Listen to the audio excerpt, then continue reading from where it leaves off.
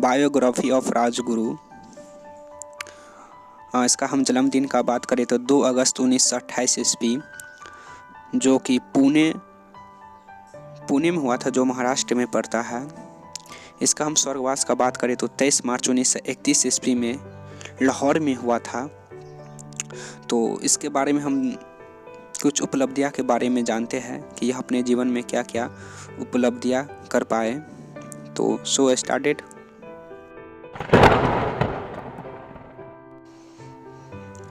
स्वराज मेरा जन्म सिद्ध अधिकार है और मैं उसे हासिल करके रहूंगा का उद्घोष करने वाले बाल गंगाधर तिलक के विचारों से बहुत प्रभावित थे। पुणे का वह खेरा गांव जहां राजगुरु का जन्म हुआ था, उसे अब राजगुरु नगर के नाम से जाना जाता है। शिवराम हरि राजगुरु भारत के प्रसिद्ध वीर स्वतंत्रता सेनानी थे। ये सरदार भगत सिंह और सुखदेव के घनिष्ठ मित्र थे।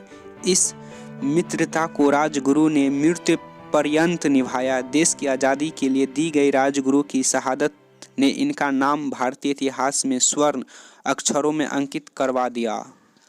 राजगुरु भगत सिंह और सुखदेव की शहादत आज भी भारत के युवकों को प्रेरणा प्रदान करती है। सॉन्डर्स हत्याकांड, भगत सिंह और सुखदेव ये दोनों राजगुरु को अपना सबसे अच्छा साथी मानते थे। दल ने लाला लाजपत राय की मृत्यु की जिम्मेदारी अंग्रेज अफसर एस्कॉट का वध करने की योजना बनाई। इस काम के लिए राजगुरु और भगत सिंह को चुना गया। राजगुरु तो अंग्रेजों को सबक सिखाने का अवसर ढूंढते ही रहते थे। अब वह अवसर मिल गया था। 19 दिसंबर 1928 को राजगुरु भगत सिंह और चंद्रशेखर आजाद ने सुखदेव के कुशल मार्गदर्शन के फलस्वरूप जेपी सॉन्डर्स नाम के एक अन्य अंग्रेज अफसर, जिसने एस्कॉट के कहने पर लाला लाजपत राय पर लाठियां चलाई थी, उसमें लाला लाजपत राय का हत्या हो गई थी। कार्यवाही के पश्चात भगत सिंह अंग्रेजों साहब बनकर, राजगुरु उनके सेवक बनकर और चंद्रशेखर आजाद सुरक्षित पुलिस की दृष्टि से बचकर निकल गए।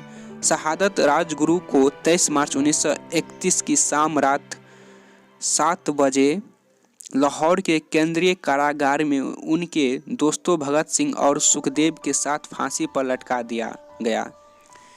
इतिहास बताते हैं कि फांसी को लेकर जनता में बढ़ते रोष को ध्यान में रखते हुए अंग्रेजों अधिकारियों ने तीनों क्रांतिकारियों के शवों का अंतिम संस्कार फिरोजपुर जिले के हुसैनीवाला में कर दिया था।